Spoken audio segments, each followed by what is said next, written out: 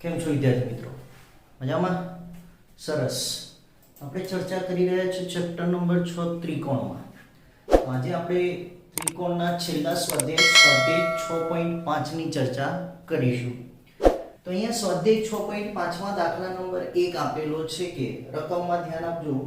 કીધું છે કે નીચેના ત્રિકોણોની બાજુઓ આપેલી છે. બાજુઓના માપ આપેલા છે. આ ત્રિકોણો તે પૈકી કયો ત્રિકોણ કાટકોણ ત્રિકોણ છે તે નક્કી કરો.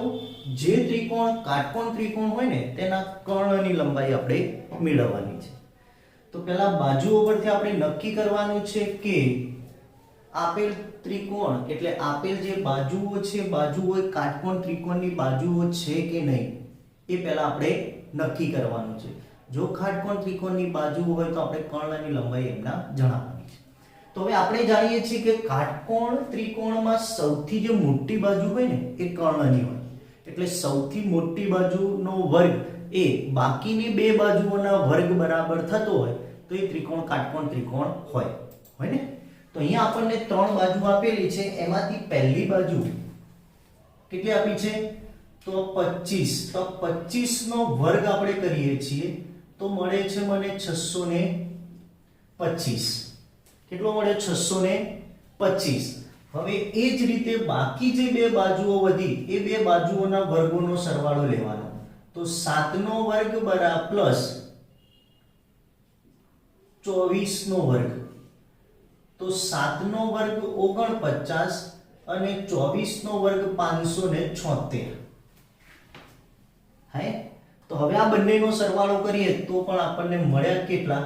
625. સરવાળો કરીશું તો 6 અને 9 15 નો પાછળો વધી પડી 1 7 ને 4 7 ને 4 11 11 ને 1 12 નો બગડો વધી પડી 1 5 ને 1 6 625. તો અહીં આપણે કહી શકીએ કે 25 નો વર્ગ બરાબર 7 નો વર્ગ પ્લસ શું થયું? 24 નો વર્ગ. તો અહીંયા આપણને પાયથાગોરસના પ્રમેય જે પાયથાગોરસ પ્રમેય હતો કે કર્ણનો વર્ગ એ બાકીની બે બાજુઓના વર્ગના સરવાળા બરાબર હોય. એટલે અહીંયા આના પરથી આપણે કહી શકીએ કે આપેલ બાજુઓ કાટકોણ ત્રિકોણની બાજુઓ છે.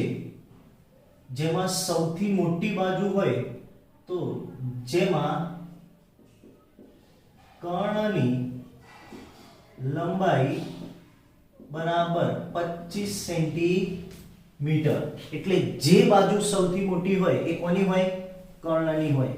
તો આપણા માટે જવાબ થઈ ગયો કે આપેલ બાજુઓ કાટકોણ ત્રિકોણની છે કે નહીં. એવો જ દાખલો બીજો જોઈએ. તો બીજા દાખલામાં 3 સેન્ટીમીટર 8 સેન્ટીમીટર અને 6 સેન્ટીમીટર આપ્યું છે. તો મોટી બાજુનો વર્ગ લઈ લઈએ પહેલા. તો 8 નો વર્ગ 64 થશે. હવે 3 નો વર્ગ પ્લસ 6 નો વર્ગ. તો 3 નો વર્ગ 9 અને 6 નો વર્ગ 36. 36 અને 9 કેટલા થયા? 45 થયા. 36 અને 9 45. તો જો અહીંયા બંનેનો જવાબ કેવો મળ્યો છે? સરખો મળતો નથી. એટલે અહીંયા લખી શકાય 8 square is not equal to 3 square plus 6 square. માટે આપેલ બાજુઓ કાટકોણ ત્રિકોણની બાજુઓ નથી. હવે કાટકોણ ત્રિકોણ બાજુઓ નથી તો કર્ણ હોય જ નહીં ને. તો હવે બે દાખલા છે બીજા જે તમારે સ્વપ્રયત્ને ગણવાના છે. હવે ચર્ચા કરીશું દાખલા નંબર 6 માં. તો દાખલા નંબર 6 માં આપણને આપ્યું છે કે સમબાજુ ત્રિકોણ ABC ની બાજુઓ 2A કેટલી આપી છે? 2A છે. તેના દરેક વેધ શોધવાનો છે. હવે સમબાજુ ત્રિકોણ આપ્યું છે તો સમબાજુ ત્રિકોણની બધી જ બાજુઓ સરખી હોય તો આપણને ખબર છે. હવે બધી જ બાજુઓ સરખી હોય તો દરેક શિરોબિંદુમાંથી દોરેલા વેધની લંબાઈ પણ કેવી હોય? સમાન જ હશે. હશે ને? તો અહીંયા પહેલા આપણે ત્રિકોણ ABC માં વેધ AD દોર્યો છે. તો અહીંયા પહેલા કહી દઈએ કે ધારો કે ત્રિકોણ ABC સમ બાજુ ત્રિકોણ છે. એટલે ત્રિકોણ ABC આપણને શું આપ્યું છે? સમબાજુ ત્રિકોણ છે, જેમાં AB બરાબર BC બરાબર AC is equal to કેટલા આપેલા છે? 2A. હવે મેં AD લંબ શું દોર્યો? BC. AD લંબ BC જ્યાં AD વેધ છે. શું છે? AD વેધ છે. હવે AD વેધ હોય, વેધ A બાજુઓનું શું કરે છે? સમાન ગુણોત્તર. એટલે વેધ A BC નું મધ્ય બિંદુ થશે DA. DA શું થશે? BC નું મધ્ય બિંદુ. એટલે BD is equal to કોનું માપ? BD is equal to DC is equal to 1/2 into શું થશે? BC થાય. AD નું માપ બરાબર CD નું માપ, કેમ કે અડધું માપ થવાનું આ માપ. એ BD નું માપ બરાબર CD નું માપ એ આખા BC ના માપ કરતા કેવું હોવાનું? અડધું. તો અહીંયા આપણને BC નું માપ 1/2 ગુણ્યા BC નું માપ આપ્યું છે 2A. તો અહીંયાથી 2 ગયા તો BD નું માપ કેટલું મળ્યું? A. એટલે આ ભાગ A થયો અને આ ભાગ A થયો. અહીંયા આપણને AD લંબ શું છે? BC. એટલે ત્રિકોણ પસંદ કરીશું ADB. કયો ત્રિકોણ? હવે ત્રિકોણ ADB માં ખૂણો D બરાબર શું? 90 અંશ. કેટલા અંશનો? 90 અંશ થવાનો ને, કે AD લંબ શું છે? BC. એટલે D બરાબર 90 અંશ થશે. તો હવે મારે AD નું માપ શોધવાનું છે. કોનું? AD નું માપ. તો મારી જોડે AB નું માપ પણ છે અને BD નું માપ પણ છે. તો પાયથાગોરસ પ્રમેયનો ઉપયોગ કરીએ તો D 90 અંશ છે એટલે કર્ણ શું થશે? તો AB square is equal to BD square plus AD square. આ AD સ્ક્વેર એ આપણે વેધ છે જેની લંબાઈ આપણે શોધવાની છે. AB સ્ક્વેર એટલે 2A નો સ્ક્વેર બરાબર BD એટલે A નો સ્ક્વેર અને AD આપણે શોધવાના છે. શોધવાના ને? તો 2 નો સ્ક્વેર એટલે 4A square is equal to A square plus AD square. તો અહીંયા AD square is equal to શું થઈ જશે? 4A square minus A square થશે. પેલી બાજુ જતા રહે તો AD square is equal to શું રહ્યું? 3A square. હવે મારે AD નું માપ જ જોઈએ છે. અહીંયાથી વર્ગ કાઢ્યો તો આ બાજુ 3 વર્ગમૂળમાં રહેશે અને A નો સ્ક્વેર એટલે A થઈ જશે. તો AD નું માપ મળી ગયું મને વર્ગમૂળમાં 3A. તો અહીંયા કહી શકાય કે સમબાજુ ત્રિકોણ ABC ના દરેક વેધની લંબાઈ વર્ગમૂળમાં 3A થશે. કેટલી થશે? 3A થશે. ફરીથી એક વખત સમજી લઈએ. ત્રિકોણ ABC આપેલું છે કે સમબાજુ ત્રિકોણ છે. તો ત્રિકોણ ABC, ધારો કે ત્રિકોણ ABC સમબાજુ ત્રિકોણ છે. સમબાજુ એટલે બધી જ બાજુઓના માપ સરખા છે. કેટલા આપ્યા છે? 2A. AD લંબ શું દોર્યો? BC. જ્યાં AD એ શું થયો? વેધ છે.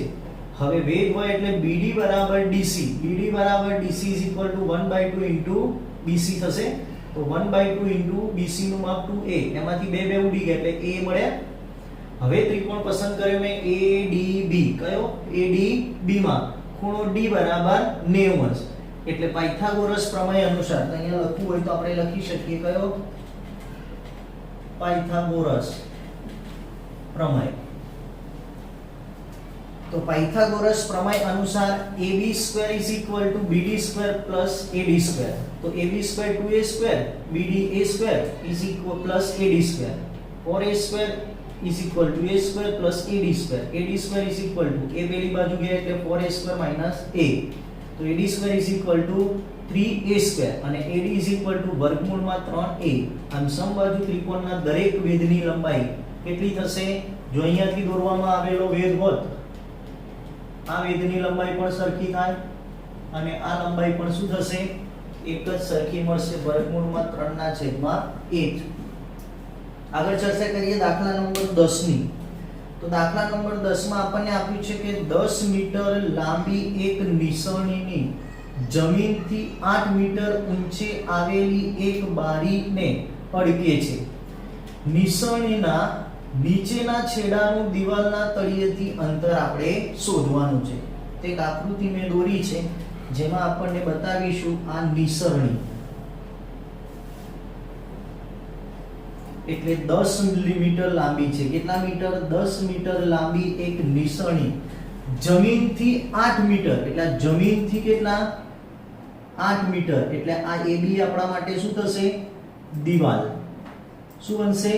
AB એ દિવાલ. 8 મીટર ઊંચે આવેલી એક બારી એટલે એ આપણા માટે શું બનશે?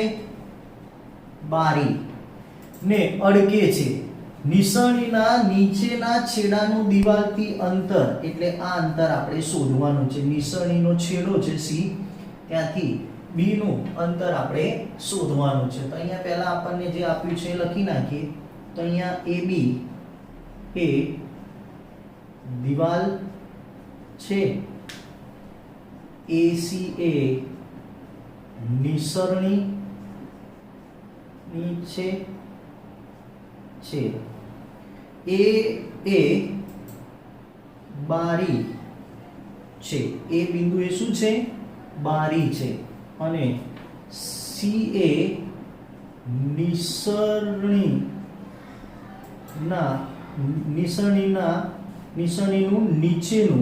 નીચેનો છેડો છે. નિસરણીનો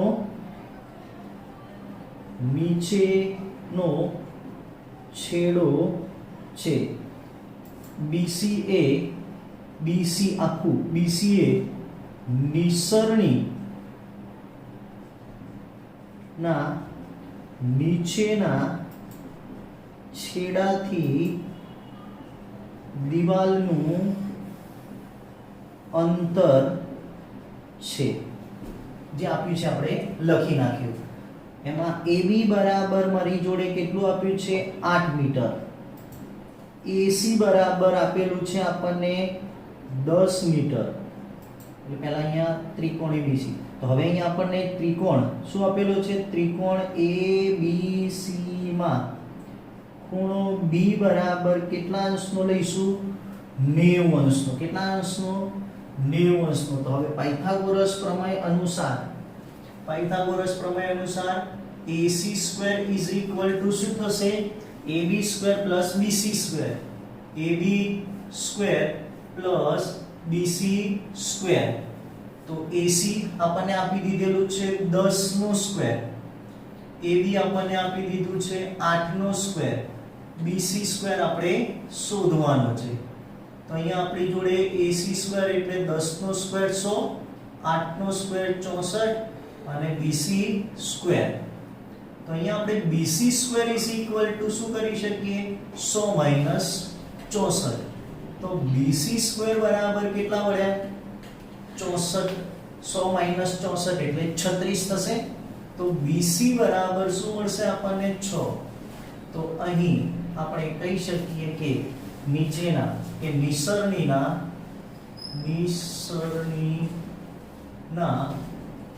નીચેના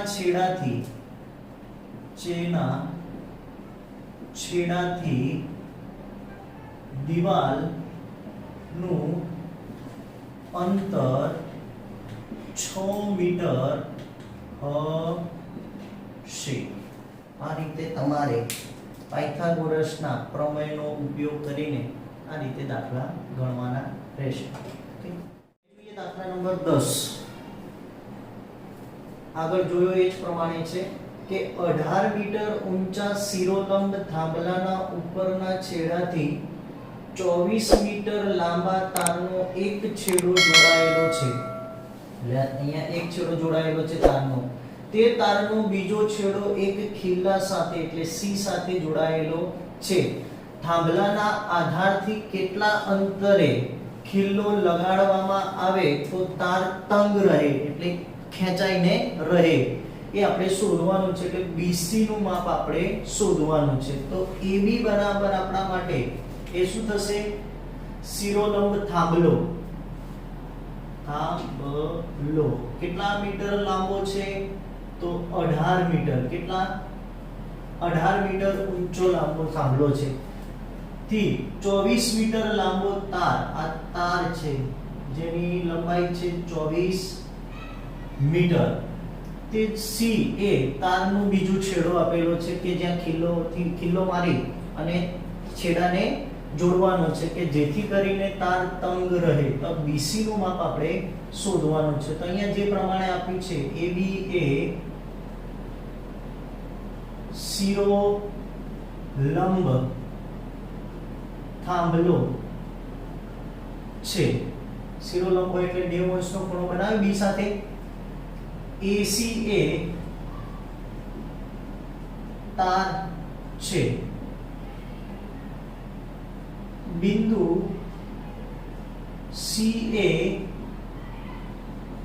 તારનો બીજો છેડો છે તારનો બીજો છેડો જે ખિલ્લા સાથે જોડાયેલ છે તો અહીંયા ત્રિકોણ બનશે ત્રિકોણ ABC માં ખૂણો B બરાબર 90 અંશ AB બરાબર 18 મીટર અને AC બરાબર 24 મીટર તો અહીંયા આપણને પાયથાગોરસ પ્રમેય અનુસાર શું થશે કે AC square AB square plus BC square AC નો સ્ક્વેર એટલે કેટલો આપેલો છે 24 નો સ્ક્વેર AB સ્ક્વેર આપણને આપ્યો છે 18 નો સ્ક્વેર અને BC સ્ક્વેર આપણે શોધવાનું છે 18 નો સ્ક્વેર 24 નો સ્ક્વેર 576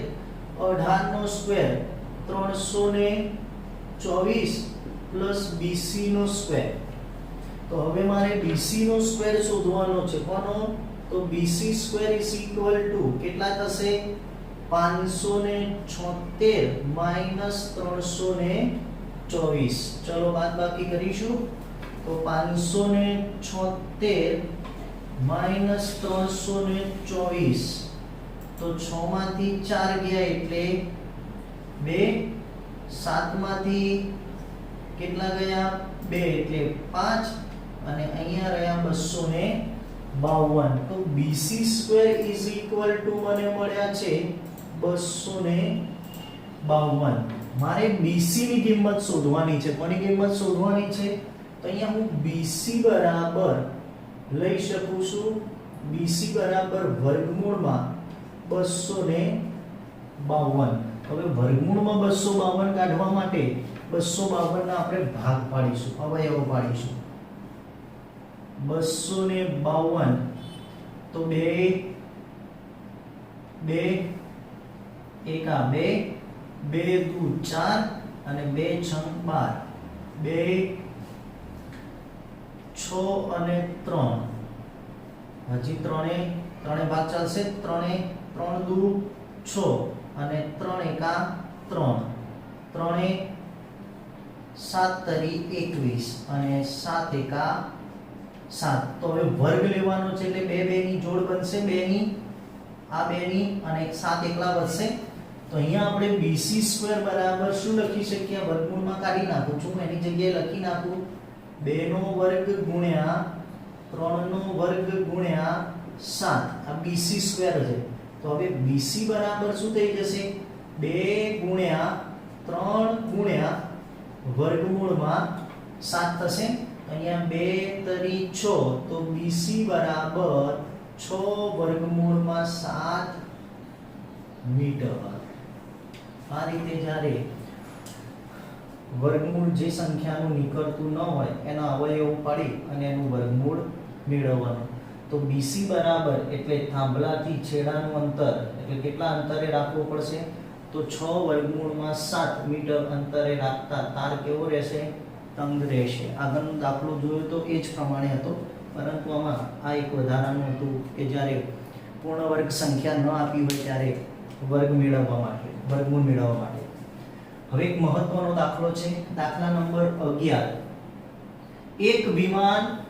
એક વિમાન મથકની ઉત્તર દિશામાં 1000 કિમી પ્રતિ કલાકની ઝડપે ઉડે છે. તો પહેલા તો આપણે દિશા વિશે સમજી લઈએ. તો દરેક જણ જાણીએ છીએ આપણે 4 દિશાઓ. ઉપરની દિશા ઉત્તર, દક્ષિણ, પૂર્વ અને પશ્ચિમ. આમ 4 દિશાઓ છે. એમાંથી એક વિમાન મથકેથી ઉત્તર દિશામાં 1000 કિલોમીટર પ્રતિ કલાકની ઝડપે ઉડે છે. એ જ સમયે બીજું વિમાન એ જ વિમાન મથકની પશ્ચિમ દિશામાં 1200 કિમી પ્રતિ કલાકની ઝડપે ઉડે છે. તો 1.1 કલાક પછી આ વિમાનો એકબીજાથી કેટલા દૂર હશે એ આપણે બતાવવાનું છે. તો અહીંયા આપણે ત્રિકોણ દોર્યો છે, એક આકૃતિ દોરી છે કે જેમાં એ વિમાનનું વિમાન મથક છે. વિમાન મથક ગણી લઈએ. આ એ આપણે શું ગણીએ છીએ? વિમાન મથક. આ વિમાન મથકની ઉત્તર દિશા એટલે ઉપરની થશે. આ ઉત્તર દિશા તરફ 1000 કિમી પ્રતિ કલાકની ઝડપે એક વિમાન ઉડે છે અને એ જ સમયે કઈ દિશામાં? પશ્ચિમ દિશામાં. એટલે આ દિશા એટલે આપણા માટે પશ્ચિમ દિશામાં એક બીજું વિમાન 1200 કિમી પ્રતિ કલાકની ઝડપે ઉડે છે. તો 1.1 કલાક પછી આ બંને વિમાનો વચ્ચે કેટલા દૂર હશે એટલે BC નું માપ આપણે શોધવાનું છે. તો એના માટે મારે કોનું માપ જોઈશે? AB નું પણ માપ જોઈશે અને AC નું પણ માપ જોઈશે. તો અહીંયા આપણને આપેલું છે કે અહીં લખી નાખીએ કે એ વિમાન મથક છે. એ શું છે? વિમાન મથક છે. B એ 1000 કિમી પ્રતિ કલાકની ઝડપે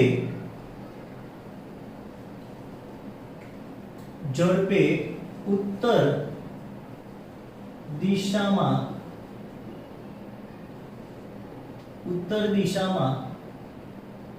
કાપેલ અંતર છે. એ જ રીતે C એ 1200 કિમી પ્રતિ કલાકની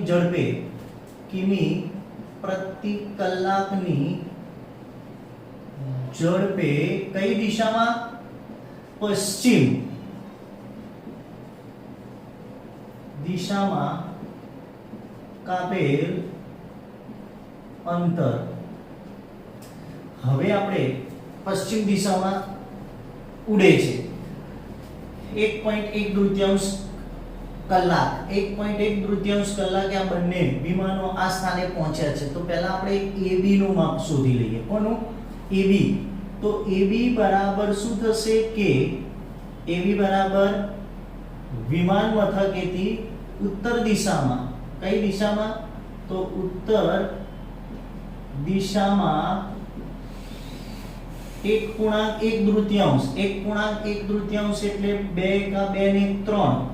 તો 3/2 કલાકમાં 1000 કિમી પ્રતિ કલાકની ઝડપે કાપેલ અંતર આપણે શોધવું છે. તો હવે આપણને ખબર હોવી જોઈએ કે અંતર બરાબર સૂત્ર શું છે આપણી જોડે? તો અંતર બરાબર ઝડપ ગુણ્યા સમય. શું થશે? અંતર બરાબર ઝડપ ગુણ્યા સમય. તો ઝડપ આપણી જોડે કેટલી છે? 1000 કિલોમીટર પ્રતિ કલાકની ઝડપ છે અને સમય કેટલો લીધો છે 3/2. તો અહીંયા 2 કેટલા થશે 500. કેટલા થશે 500. તો 500 ગુણ્યા 3 એટલે 1500 કિમી. આને કેટલું અંતર કાપ્યું હશે AB બરાબર 1500 કિમી જેટલું અંતર એને કાપ્યું હશે AB એ. હવે એ જ રીતે આપણે કોનું માપ શોધીશું CA અથવા AC. AC બરાબર પશ્ચિમ દિશામાં 3/2 કલાકમાં 1200 કિમી પ્રતિ કલાકની ઝડપે કાપેલ અંતર.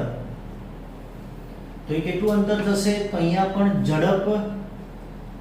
ઝડપ ગુણ્યા સમય. તો ઝડપ કેટલી 1200 અને 3/2 એટલે 600 ગુણ્યા 3 એટલે 6 તરી 1800 કિમી અંતર કાપ્યું હશે. એટલે આ અંતર કેટલું હશે 1800 કિમી. કેટલું 1800 કિમી. તો હવે AB અને AC નું માપ મળી ગયું. તો હવે અહીંયા આપણે ત્રિકોણ ABC માં ખૂણો A બરાબર 90 અંશ. કેટલા અંશનો 90 અંશ. તો AC² AB² BC². AB² BC². તો અહીંયા AC AB નું માપ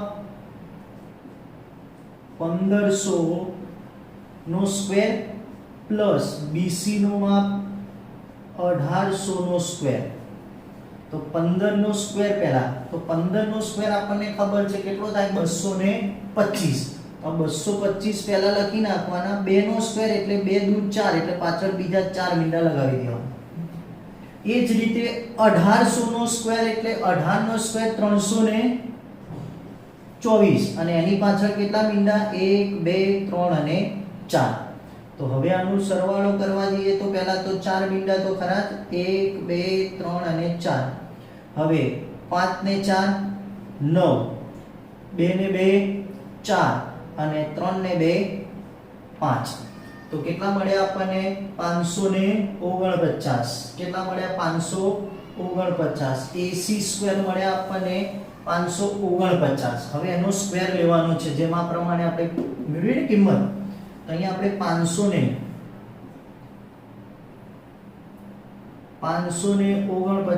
તો જુઓ 9 અને 4 13, 13 ને 5 18. 18 એટલે ત્રણેય ભાગ ચાલશે. તો પહેલા ત્રણેય ભાગ ચલાવીએ તો 3 એકા 3. કેટલા વધ્યા 2 એટલે 3 6 24 એટલે 6 3 ઈઠા 24 થશે ને 3 8 24 અને 3 તરી 9. હજી ત્રણેય ભાગ ચાલશે તો 6 તરી 18. 6 તરી 18 ને 3 એકા 3. હવે ત્રણેય ભાગ ચાલશે નહીં. સીધો 61 એકા 61. ભાગ આગળ ચાલશે નહીં. 61 ના અવિભાજ્ય અવયવ પડે નહીં. તો અહીંયા વર્ગ મળ્યો આપણને કોનો 3 નો સ્ક્વેર. તો અહીંયા જુઓ પહેલા AC² શું અહીંયા આપણે બતાવીએ છીએ કે AC²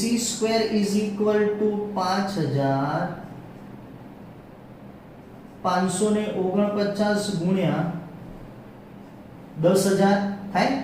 તો અહીંયા AC બરાબર આ 500 નો મળ્યો 3 નો વર્ગ ગુણ્યા 61 ગુણ્યા 10000 એટલે 100 નો સ્ક્વેર થશે. કોનો સ્ક્વેર થશે 100 નો સ્ક્વેર.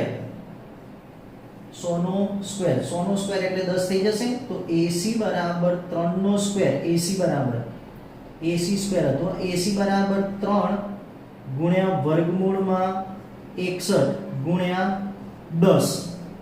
તો હવે 10 તરી 1010 1000 નો થશે ને એટલે 100 થઈ જશે. 100 નો સ્ક્વેર વર્ગ નીકળી ગયો એટલે 100 ગુણ્યા 3 એટલે AC બરાબર 300 વર્ગમૂળમાં 61 કિમી એટલે AC બરાબર જવાબ મળશે આપણને 300 વર્ગમૂળમાં 61 કિમી. તો આ જે અંતર છે ને AC એ કેટલું હશે? 300 વર્ગમૂળમાં 61 કિમી અંતરે હશે. ફરીથી એક વખત સમજી લઈએ કે એક વિમાન મથકેથી એક વિમાન ઉત્તર દિશામાં 1000 કિલોમીટરની ઝડપે અને એ જ સમયે બીજું વિમાન પશ્ચિમ દિશામાં 1200 કિમી ઝડપીએ ઉડે છે. એક પૂર્ણાંક 1 દૂરત્યાંશ કલાક પછી આ વિમાનો વચ્ચેનું અંતર આપણે શોધવાનું છે. તો દિશા પ્રમાણે વિમાન મથક છે B એ કાપેલું અંતર કે A થી 1000 કિલોમીટરની ઝડપે ઉત્તર દિશામાં કાપેલ અંતર અને C1 1200 કિલોમીટરની ઝડપે પશ્ચિમ દિશામાં કાપેલ અંતર. AB બરાબર ઉત્તર દિશામાં 3.2 દૂરત્યાંશ એટલે 2 એકા 2 ને 1 3 3/2 કલાકમાં 1000 કિલોમીટર અંતર કિમી ઝડપે કાપેલ અંતર કેટલું હશે? તો અંતર બરાબર ઝડપ ગુણ્યા સમય. એ જ રીતે AB અને AC નું માપ શોધી કાટકોણ ત્રિકોણ બને. તો કાટકોણ ત્રિકોણમાં એ આપણે કેટલાનો 90 અંશનો. તો પાયથાગોરસ પ્રમેય અનુસાર AC² AB² BC². આ જેટલાનું મળ્યું ને એટલાનું આપણે વર્ગમૂળ લેવાનું. બાકી તો 10000 એટલે 100 નો વર્ગ થશે.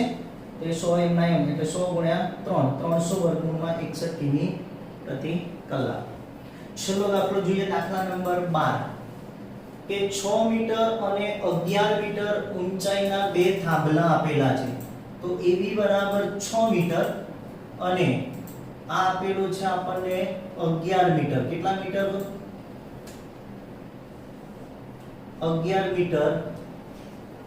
બે થાંભલા જમીન પર આવેલા છે. જો થાંભલાના નીચેના છેડા વચ્ચેનું અંતર એટલે આ અંતર કેટલું છે? 12 મીટર છે. કેટલું છે? 12 મીટર હોય તો તેમના ઉપરના છેડાઓનું અંતર શોધવાનું છે. એટલે AC નું માપ આપણે શોધવાનું છે. તો અહીંયા આપણને જે કિંમતો આપી છે પહેલા લખી નાખીએ. તો અહીંયા AB અને CD બે થાંભલા છે. AB અને CD બે શું છે? થાંભલા છે. હવે જેમના માપ આપણને આપી દીધેલા છે તો અહીંયા AD અને BD એ શું આપેલું છે? BD એ બે થાંભલા વચ્ચેનું અંતર આપેલું છે. અંતર છે જે આપણને આપી દીધેલું છે. હવે અહીં મેં દોર્યો AE સમાંતર BD દોર્યો BD સમાંતર AE સમાંતર શું દોર્યું મેં? BD કે જેથી કરીને સમાંતર છે એટલે જેથી કરીને મને ચતુષ્કોણ ABDE લંબ ચોરસ મળ્યું. લંબચોરસ મળ્યું ને. હવે BD લંબચોરસમાં BD શું થશે? AE બરાબર BD નું માપ 12 છે એટલે આ માપ પણ કેટલું થવાનું? 12 મીટર થશે. હવે AB બરાબર શું થશે? AB બરાબર DE થશે બરાબર 6 મીટર. એટલે હવે આ 6 મીટર રહ્યું. તો હવે મારે કયું માપ શોધવું છે? CE. કોનું? તો હવે CE બરાબર શું થશે? આખું CD માઈનસ શું થઈ જશે? DE. શું થશે? DE. તો આખું CD કેટલું? 11. એમાંથી 6 ગયા તો કેટલા વધ્યા? 5 મીટર. એટલે આ અંતર મળ્યું મને 5 મીટર. હવે આ બંને ત્રિકોણો તો મળી ગયા છે. મળ્યા? બંને બાજુઓ મળી ગયા આપણને. તો હવે આ માપ મળે કે ના મળે? તો અહીંયા આપણે બતાવીએ કે ત્રિકોણ કયો ત્રિકોણ? ત્રિકોણ AEC માં ખૂણો E બરાબર 90 અંશ. લંબ છે ને? કોને લંબ છે? તો અહીંયા બતાવવું હોય તો બતાવી શકીએ કે AE લંબ CD. AE લંબ શું છે? CD. માટે આ ખૂણો કેટલા અંશનો? 90 અંશનો. હવે આ 90 હોય એટલે AC શું થશે? તો AC² AE² પ્લસ ઈ સી સ્ક્વેર અથવા સીઈ સ્ક્વેર લઈ લઈએ. આપણે સી લીધું છે ને અહીંયા, તો સીઈ સ્ક્વેર. એસી સ્ક્વેર આપણે શોધવાનું છે. એ સ્ક્વેર આપણી જોડે છે 12 નો સ્ક્વેર અને સી સ્ક્વેર છે આપણી જોડે 5 નો સ્ક્વેર. 12 નો સ્ક્વેર 144, 5 નો સ્ક્વેર 25, 100 ને કેટલા 169. 169 એટલે આપણા માટે AC બરાબર કેટલા 13 મીટર. કેટલા મીટર 13 મીટર. તો અહીંયા થાંભલા ઓના ઉપરના છેડાઓ વચ્ચેનું અંતર 13 મીટર હશે. કેટલું હશે 13 મીટર. ઓકે, તો અહીંયા આપણા ચેપ્ટર 6 ની પૂર્ણાહુતિ થાય છે. જો કોઈ પણ ડિફિકલ્ટી હોય તો કમેન્ટ્સ બોક્સમાં અવશ્ય લખજો. ઓકે, જો લે સ્ક્રીનશોટ.